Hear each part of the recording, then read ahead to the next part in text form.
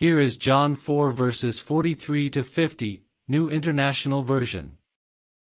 43 After the 2 days he left for Galilee.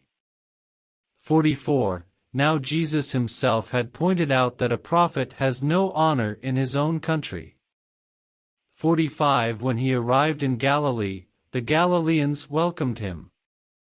They had seen all that he had done in Jerusalem at the Passover festival, for they also had been there.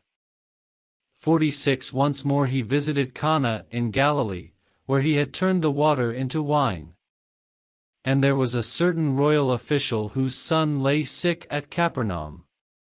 47 When this man heard that Jesus had arrived in Galilee from Judea, he went to him and begged him to come and heal his son, who was close to death. 48 Unless you people see signs and wonders, Jesus told him, you will never believe. 49 The royal official said, Sir, come down before my son dies. 50 Go, Jesus replied, your son will live. The man took Jesus at his word and departed. Expounding upon this passage. The events take place after Jesus had spent 2 days in Samaria. He then goes to Galilee, a region that according to Jesus, a prophet is generally not honored. However, in this case, the Galileans had seen Jesus' miraculous works at the Passover festival in Jerusalem and welcomed him. Jesus then returns to Cana, the location of his first miracle where he turned water into wine. Here he encounters a royal official whose son is gravely ill in Capernaum. Upon hearing that Jesus is in town, the official goes to Jesus and pleads with him to heal his son who is near death. In verse 48, Jesus makes a remark about the people's dependence on signs and wonders to believe.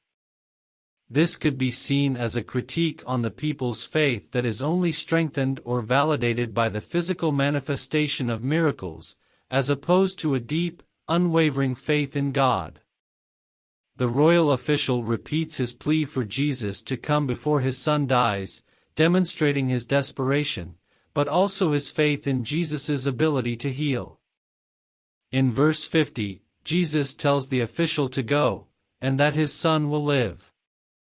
The official then demonstrates his faith again by accepting Jesus' word as truth and leaving to return to his son. This passage is an illustration of faith. It demonstrates that faith should not be based solely on witnessing miracles, but rather in trusting the word of God.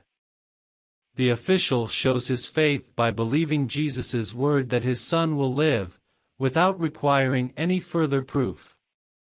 This passage emphasizes the power of Jesus' word, and how faith in it can lead to miracles.